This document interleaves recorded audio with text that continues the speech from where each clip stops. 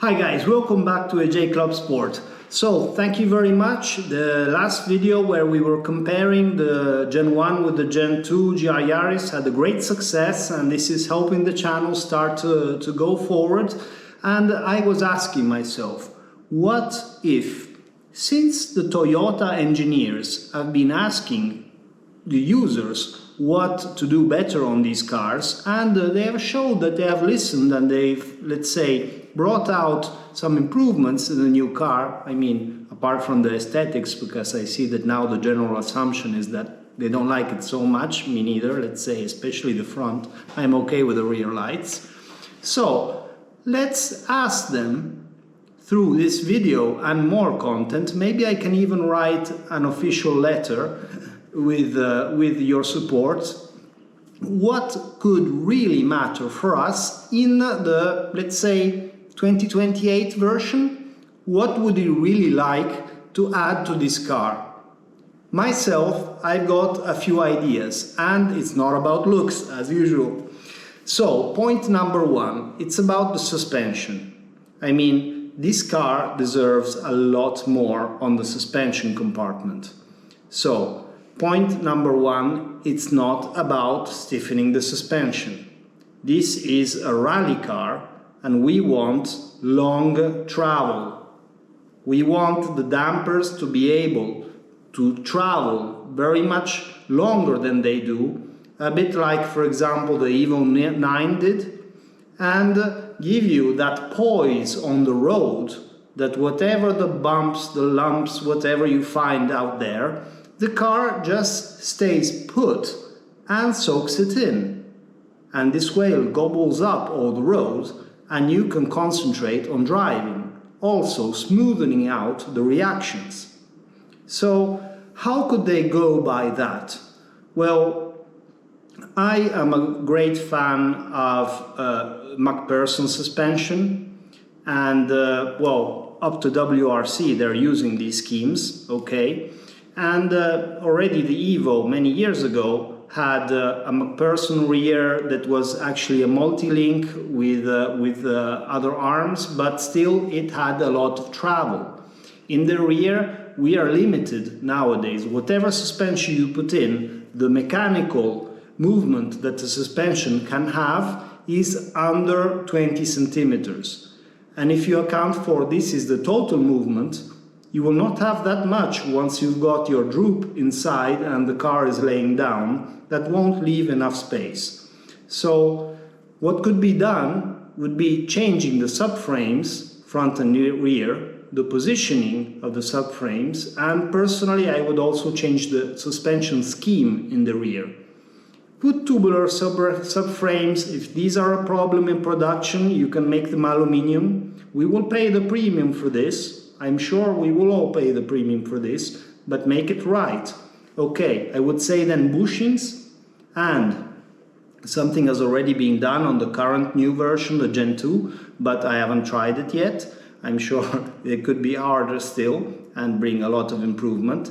And last but not least, actually, very, very important, is the quality of the shocks. Personally, I don't want to see these shocks that are just OEM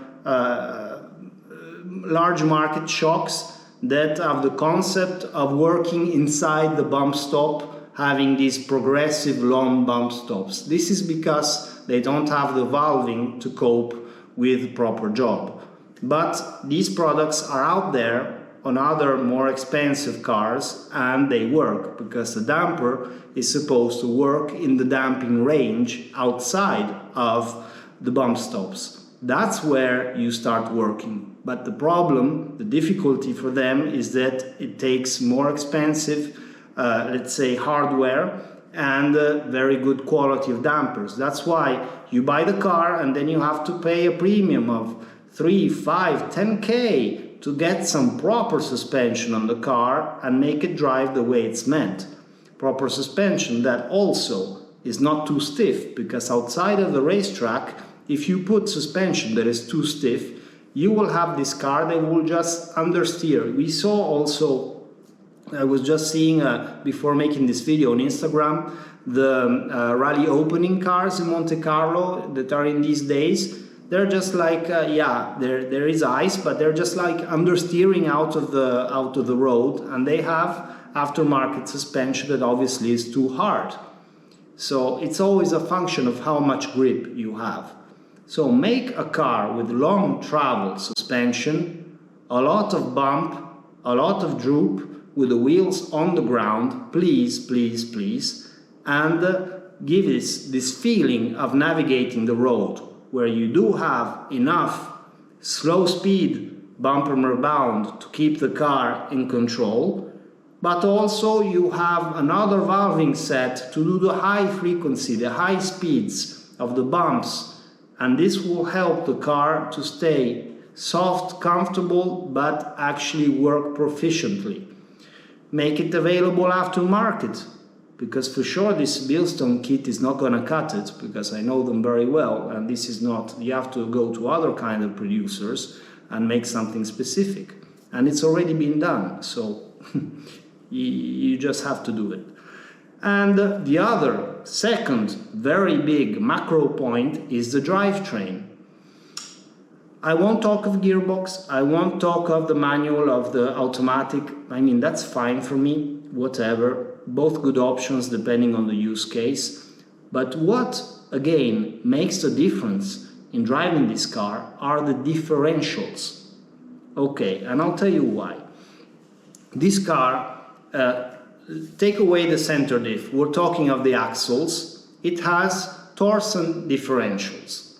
So, torsion differentials, as you know very well, work in a way that if one wheel loses grip completely, the differential has no preload, zero preload, and it opens. Thus, the car does not push forwards anymore, but it pushes sideways, because only one wheel gets the traction. I have certain instances, especially in winter, where I have the car in second or third gear, full power, gas down, pedal to the metal, and the car is going sideways. It's going more sideways than it's progressing in a straight line. It's incredible. I mean, when the car is already picking up speed, it's still moving sideways so bad. And this is so dangerous. I had a very big moment on the track where it was wet and the track was in terrible conditions, and all the rubber on the surface was like glass, you know, because it was so cold and wet. And there is nothing you can do but left foot brake and hope for help from above to get through it. So how could you mitigate this issue? Because I know that an OEM producer is not so happy of putting in limited slip differentials because of wear and tear of the clutches inside the differentials and because of NVH. So I know they already have some kits, but they are like phantoms moving in the air that are maybe in Japan and that you cannot order in Europe and everywhere else. So for me, they do not exist. And I will never pay 75k for these special versions they just saw on Monte Carlo that also look horrible, to me at least. Well, I would not do it. I'm advising everybody that is asking me not to buy those cars and to buy a Gen 1 and to make it the way it should be as a proper drive car. So, back to the differentials. Basically, there are patents out there. One of them is from WaveTrack. What did they do? Basically, they took a torsion differential and they put a clutch pack in it that keeps a preload. So, in this way, you have the benefits of the smoothness of a torsion differential without the issues of it. And this is very, very appreciated in many competitive races, on track especially, but I understand that it could be a very good option for the road. Otherwise, just put the LSDs